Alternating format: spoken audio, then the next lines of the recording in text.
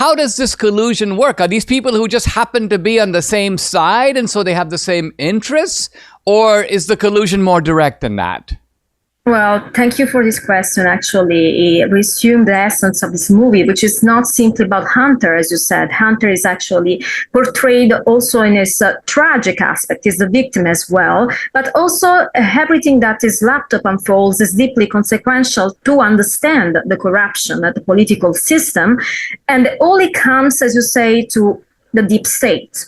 Well, you asked me, what do you think is the connection between all these different bodies that cover up for the story or ensure the impunity for the story? Well, all comes from the deep state led by the Democrats. That's why even abroad had a speaker qualifying our current system as demo corruption.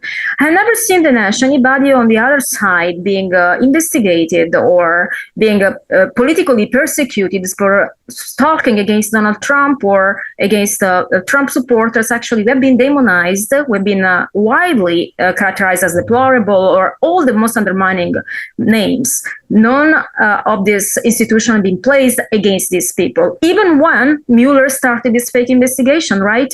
Who has been held accountable? We see Peter Strzok, Lisa Page, Mueller himself still holding their ground free, while many protesters on January 6th were simply walking around the Capitol are in jail right now. So when we talk about demo corruption, I'm confident saying that this deep state is led by the moment by the system. And that's why Donald Trump is the biggest threat.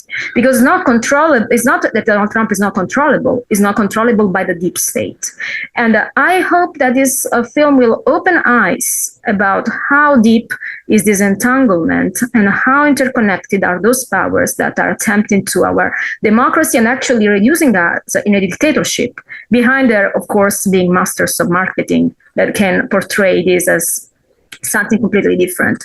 But all it comes to that inaccountability from institution, media manipulation. So we have all these factors that play out to undermine our access to critical information, even to make decisions. We talk a lot about election interference many times. We blamed Russia that had nothing to do. We blamed a lot of people in the Trump campaign, but we didn't point the finger at the real players that are interfering in our election, and they deny their access to information. How many people would have voted for Joe Biden in 2012? We know that anyway they didn't vote in many, but how many of those who voted would have voted either way if they knew about the story of the laptop, which also has evidence of crime of Joe Biden. It's not simply about the son.